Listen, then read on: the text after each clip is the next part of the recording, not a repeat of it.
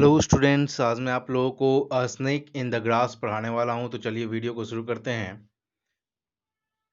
इसको लिखा गया है आर के नारायण के द्वारा, जिनका पूरा नाम है रसीपुरम कृष्णस्वामी नारायण। इनका जन्म हुआ था 1906 ईस्वी में और डेथ हो गई थी 2001 ईस्वी में। द साहित्य अकादमी अवार्ड विनर इन 1960। 1960 में इनको साहित्य अकादमी अवार्ड मिला था। was one of the most accomplished and well-known Indian writers in English। और ये बहुत ही मतलब जो कह सकते हैं कि इंडिया में जितने भी इंग्लिश में लिखने वाले राइटर्स हैं उन सब में ये जो खास हुआ करते थे, जो कंप्लीट हुआ करते थे, बहुत ही अच्छे हुआ करते थे, जाने माने थे, उन सब में से ये भी एक थे। Realism, irony and humour. Realism मतलब होता है क्या, तो वास्तविकता, यथार्थवाद। आयरनी क्या होता है, तो जैसा बोला जाता है, समझा जाता है, उसका ठीक अपोजिट होता है।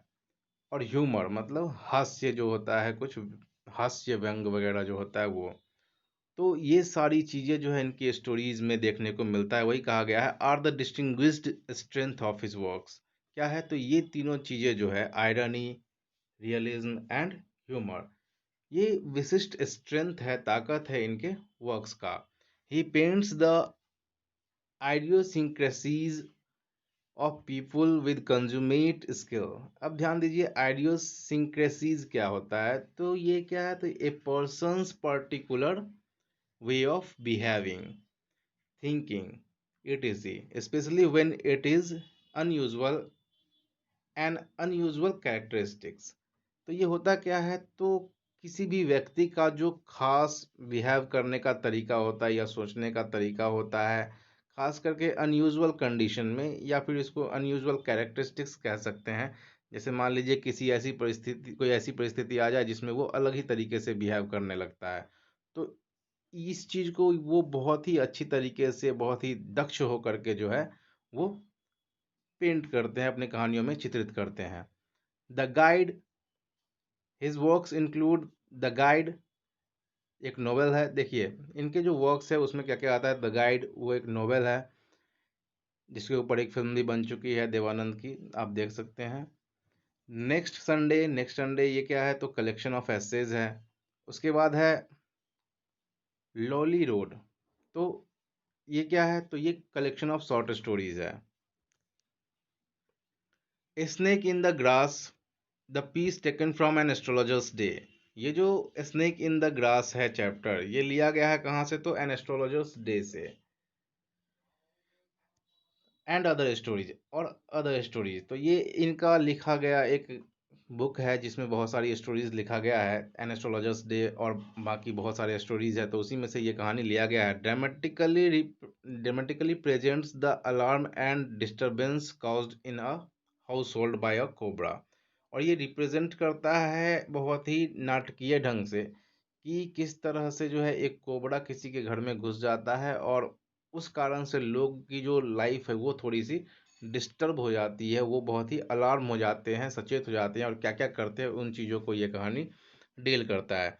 The character of some of the people taking part in the hunt is dexterously revealed.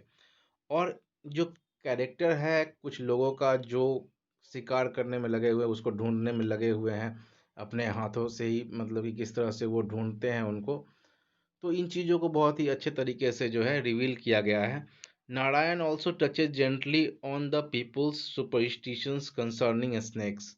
और इस कहानी में सांप को लेकर के जो लोगों के अंदर अंधविश्वास है उसको भी नारायण जो राइटर हैं इसके, वो बहुत ही अच्छे से एक्सप्रेस करते हैं। An undercurrent of irony and humour marks many of his observations in the story. और आयरनी और ह्यूमर ये भी इस कहानी में देखने को मिलता है, किस तरह से जो है वो ऑब्जर्व करते हैं, इस कहानी में सब कुछ देखने को मिलेगा। अ snake in the grass on A Sunny afternoon.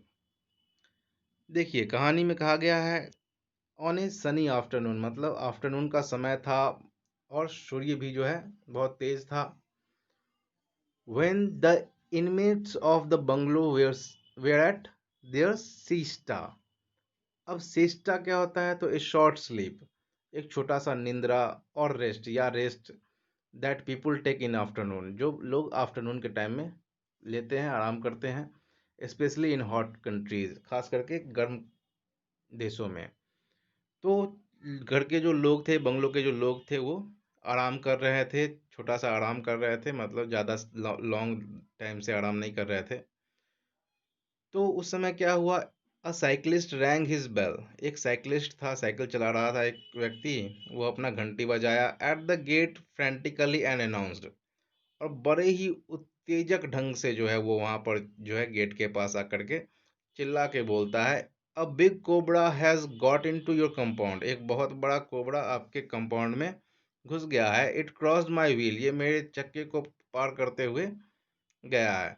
He pointed to its track under the gate and resumed his journey, और यहाँ पे कहा गया है कि वो जो सांप था वो मेन गेट से होते हुए अंदर चला गया, और ये साइकिलिस्ट भी जो है अपना जर्नी इतना कहते ही चालू रखा और चला गया वहां से। The family consisting of the mother and her 4 sons assembled eight the get in great agitation, और ये जो फैमिली था जिसमें एक माँ थी और उनके 4 पुत्र थे, तो वो सब गेट के पास बहुत ही व्याकुलता से जो है आकर के इकट्ठे हो गए। The old servant Das was sleeping in the shed, और जो सर्वेंट था, उनका नौकर था, बूढ़ा था, वो सो रहा था शेड में। They shook him out of his sleep, उन लोगों ने इसको हिला करके उठाया, जगाया, एंड अनाउंस्ड टू हिम, और उसके सामने बोला the arrival of the cobra, किस बारे में, तो कोबरा के आने के बारे में। There is no cobra, he replied and tried to dismiss the matter, वो कहता है कि कोबरा नहीं है, और ऐसा रिप्लाई करने के बाद वो सोचा कि इस मैटर को यहीं समाप्त कर देते हैं। दे सोर एट हिम, उन लोगों ने इस पर चिल्लाना शुरू कर दिया, उसको कोसना शुरू कर दिया, एंड फोर्स्ड हिम, और उसको फोर्स किया to take an interest in the cobra, कि वो कोबरे में इंटरेस्ट ले और इसके लिए कुछ करे। The thing is something here, मतलब वो यही है, if it is not found before the evening we will dismiss you, यदि ये अब नहीं पाया गया, नहीं मिला शाम तक, तो हम लोग तुम्हें डिसमिस कर देंगे, जॉब से निकाल देंगे, ऐसा मकान मालिक का कहना था। Your neglect of the garden and the lawns is responsible for all these dreadful things coming in. अब यहाँ पे कहा गया है कि तुम्हारा जो नेग्लेक्ट है, तुम जो अनदेखी कर देते हो किस चीज को, तो गार्डन को और लॉन्स को, यही रिस्पॉन्सिबल है, यही चीज, तुम्हारा नेग्लेक्ट ही जो है वो रिस्पॉन्सिबल है for all these dreadful things coming in, मतलब इन सारे ड्रीडफुल थिंग्स की जो आ रहे हैं। सम नेबर्स ड्रॉप्ड इन, कुछ पड़ोसी भी आ गए घर में शोर सुन करके। दे लुक्ड अक्यूजिंगली एट दास, उन लोगों ने दास को बड़े ही एक्यूजिंगली देखा, मतलब कि दोषारोपण करते हुए देखा, ऐसा लग रहा था कि जैसे दास की ही पूरी गलती है। You have the laziest servant on earth, they said, और उन लोगों ने कहा मकान मालिक से कि तुम लोगों का जो सर्वेंट है वो सबसे लेजी है इस दुनिया में। He ought to keep the surroundings tidy, मतलब इसको जो है आसपास का क्षेत्र जो है वो साफ रखना चाहिए था। I have been asking for a grass cutter for months, फिर दास क्या कहता है, मैं कई महीनों से जो हूँ ग्रास कटर की डिमांड कर रहा हूँ, मतलब घास काटने के लिए ये डिमांड कर रहा है बहुत दिनों से। In one voice they ordered him to manage with the available things and learn not to make demands, और तभी क्या हुआ, उन लोगों ने एक साथ जो है एक ही आवाज में कहा कि तुमको ऑर्डर करना नहीं चाहिए, जो भी चीजें अवेलेबल है उसी से काम चलाओ। ही परसिस्टेड, वो भी क्या करता बेचारा, सबके ताने को सुनने के बाद भी उस काम को जारी रखा। They began to speculate how much it would cost to buy a grass cutter, अब उन लोगों ने क्या किया, तो वहां पे बैठ करके मतलब कि कल्पना करने लगे कि कितना पैसा खर्च हो जाएगा ग्रास कटर खरीदने में। अ नेवर डिक्लेयर्ड, और एक पड़ोसी था जिसने ये डिक्लेयर किया दैट कि you could not think of buying any article made of iron still after the war, कि जो सेकेंड वर्ल्ड वॉर हो रहा था, तो कहते हैं कि सेकेंड वर्ल्ड वॉर के बाद भी आप जो है कोई भी चीज़ आयरन से बना हुआ खरीदने के बारे में सोच भी नहीं सकते। मतलब चीज़ें बहुत महंगी हो जाती हैं। ही चैंटेड बेनालिटीज ऑफ वार टाइम्स, और वो जो नेवर था वो आगे कहता है, पड़ोसी था वो कहता है कि वार टाइम में ऐसा अक्सर हो जाता है, प्राइसेस वगैरह जो है बहुत बढ़ जाती है। The second son of the house asserted, और जो दूसरा बेटा था उस घर का वो कहता है दैट कि he could get anything he wanted at controlled price, कि वो कोई भी चीज कंट्रोल्ड प्राइस पे खरीद सकता है। The never became eloquent on black market. अब हुआ क्या कि वहां पर जो है जितने भी पड़ोसी थे सब ब्लैक मार्केट के बारे में बात करने लगे, काला बाजारी के बारे में। ए हीटेड डिबेट फॉलोड, और वहीं पर एक गर्म डिबेट जो है वो चालू हो गया। The rest watched in apathy, और कुछ लोग उदासीनता से देखते रहे, बहस को सुनते रहे। At this point the college boy of the house butted in, और तभी क्या हुआ, जो कॉलेज में पढ़ने वाला लड़का था उस घर का, वो बीच में दखल देता है और कहता है, I read in an American paper that 30,000 people die of snake bite every year. मैंने एक अमेरिकन न्यूज़पेपर में पढ़ा था कि 30,000 लोग जो है स्नेक बाइट से हर साल मरते हैं। Mother through up her arms इन हॉरर, माँ जो है अपना हाथ जो है वो डर से उठाने लगती है अजीब तरीके से। एंड अरेंड, अरेंड का मतलब क्या होता है, किसी भी पर्सन को एक्यूज करना। जैसे कि मान लीजिए किसी ने कोई क्राइम किया हो, उस तरह से उसके ऊपर दोषारोपण कर देना। तो यहाँ पर उसकी माँ जो है अपना हाथ उठा करके दास की तरफ जो है इशारा करते हुए कहती है कि सारी गलती उसी की है।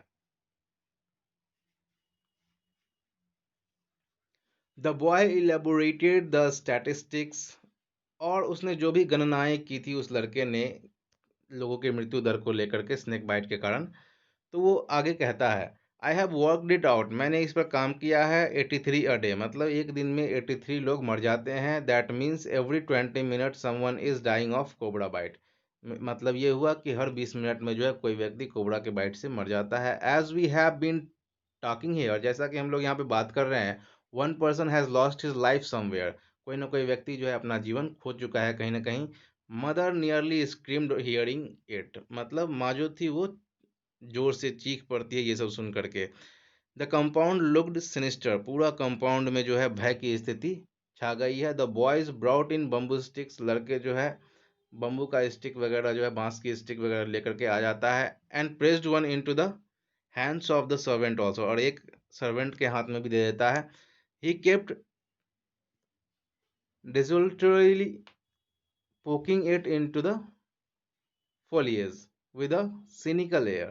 अब क्या है, तो ये जो नौकर है वो भी थोड़ा सा मतलब कि हीन भावना का तो शिकार हो ही गया है, लेकिन वो इस कारण से भी जो है लाठी को लेकर के जा रहा है, मार रहा है इधर उधर पत्तों में, पोक कर रहा है। The fellow is beating about the Bush, और वो इधर उधर पत्तों में कहीं ना कहीं लाठी को मार रहा है। समवन क्राइड एप्टली, और तभी क्या होता है, कोई जो है जोर से चीखने लगता है, रोने लगता है।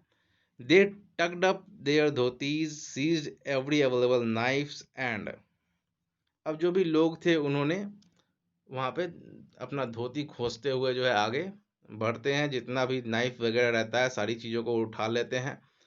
नाइफ के साथ साथ क्रो बार को भी उठा लेते हैं। क्रो बार क्या होता है, तो एक तरह का आयरन रॉड होता है, जैसे खंती आप लोग कह सकते हैं, जो जमीन को खोदने के लिए लोग रखते हैं लोहा का। And began to hack the garden, और गार्डन को काटना शुरू कर देते हैं। Creepers bushes and lawns were laid low, मतलब हर चीज को तहस नहस करके काट करके जितने भी जंगल झाड़ी थे सब काट करके बिछा दिए गए नीचे जमीन पे। What could not be trimmed, जिसको काटा छाटा नहीं जा सका, was cut to the root, उसको जड़ से ही काट दिया गया, उखाड़ दिया गया। The inner walls of the house brightened with the unobstructed glare streaming in, और जो घर की अंदर की दीवारें दीवारें थी वो चमक रही थी किस चीज से, तो जो अनऑब्स्ट्रक्टेड रोशनी आ रही थी, प्रकाश आ रही थी घर के अंदर, क्योंकि अब झाड़ियाँ वगैरह पेड़ पौधे तो थे नहीं छोटे मोटे जिससे प्रकाश को रोका जा सके, तो वो जैसे ही पड़ रहा था घर की दीवारों पे तो वो ज्यादा चमक रहे थे। When there was nothing more to be done, दासा asked triumphantly, Where is the snake? और जब कुछ नहीं बचा करने के लिए तो दासा कहता है बहुत ही अजीब तरीके से कि कहाँ है स्नेक, सांप कहाँ है।